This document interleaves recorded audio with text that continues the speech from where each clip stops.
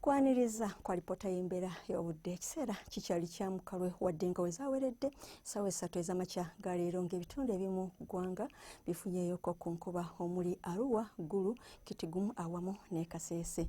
Olwaleero ebifaananyi bya Ssemugenzi ku Ssemazinga Africa byeyongera okulaga nti Sseruwandula Mpewo akyasimbye mu bukiikaddyo ku Ssemazinga Africa era ng'akyasindika empewo ez'omukalwe nga zeetobeseemu n'ekifu okudda mu bitundu byaffe nga kye kiviiriddeko embeera y'obudde ey'omukalwe eriwo mu bitundu ebimu mu ggwanga. So ng'ate ne Sseruwandula Mpewo ayitibwa Mascarena ku Sseguyanja India asindika empewo empeweevu okudda mu bitundu byaffe nga zeegattiddwako omukuubo gw'enkuba ogusenvudde okweyongerako ku ggwanga lyaffe nga kye kiviiriddeko embeera y'obudde ey'ekiddedde awamu n'enkuba mu bitundu ebimu mu ggwanga. Era bwe tutunula ku bifaananyi ebyo byakubiddwa ku ggwanga lyaffe mu biseera eby'okumakya obudde omusana gwakedde kwaka nga bwe gukubaakubamu. Mu biseera eby'olweggulo tulaba nti ebitundu ebisinga ebyo ebiri mu bukiikaddyo bw'eggwanga nga kw'otwalira ebitundu ebyebulunguludde ennyanja Nalubaale n'ebyo eby'omu buvanjuba bw'eggwanga nga mu budde bwa kiddedde ng'era mwetobeseemukko n'enkuba mu bitundu ebimu mu ggwanga. Embeera y'obudde nga bw'esuubirwa okubeera nkya ku makya tusuubira omusana okukeera okwaka nga bwe gukubaakuba mu bitundu by'eggwanga ebisinga omuli ebyo ebiri mu bukiikakkono bw'eggwanga, mu Karamoja mu buvanjuba obw'eggwanga, amasekkati g'eggwanga, so ng'ate ebitundu by'eggwanga ebyo ebyebulunguludde ennyanja Nalubaale bisuubirwa okubeeramu n'olukubakuba.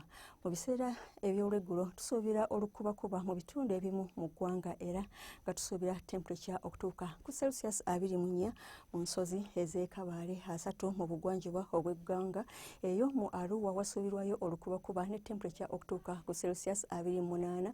Eyo mu bukiikakkono enkuba esuubirwa okutonnya awamu n'ebitundu ebiri Karamoja ne temperature okutuuka ku Celsius 3. Ebitundu ebiri mu buvanjuba bw'eggwanga nabyo bisuubirwa okubeeramu enkuba ne temperature okutuuka ku Celsius 28 awamu n'ebyo ebiri mu masekkati g'eggwanga. Olwo ebitundu ebyebulunguludde ennyanja Nalubaale yo temperature esuubirwa okutuuka ku Celsius 29. Ng'onootambulako okweyongera mu bibuga ebimu eby'oku Ssemazinga Africa omuli Dhaka, Lagos, Khartoum ne Djibouti enkuba esuubirwa okutonnya nga mwetobeseemu n'okubwatuka okw'eggulu so ng'ate yo mu kibuga Nairobi obudde busuubirwa okubeera obw'ekiddedde. Ebibuga ebisigadde ku Ssemazinga Africa omusana gusuubirwa okwememula nga bwe gukubaakuba mu kibuga Kigali era temperature esuubirwa okutuuka ku Celsius 14 mu kibuga Johannesburg olw'embeera y'obudde ey'obutiti. Ng'onootambulako okweyongera mu bibuga ebimu eby'emitala w'amayanja omuli Dubai, New York, Moscow ne Tokyo omusana gusuubirwa okwaka nga bwe gukubaakuba mu kibuga Tokyo era nga temperature esuubirwa okutuuka ku Celsius 34 mu kibuga Tokyo. Ate yo London obudde busuubirwa okubeera obw'ekiddedde nga bwetobeseemuko n'enkuba ne temperature esuubirwa okutuuka ku Celsius 17.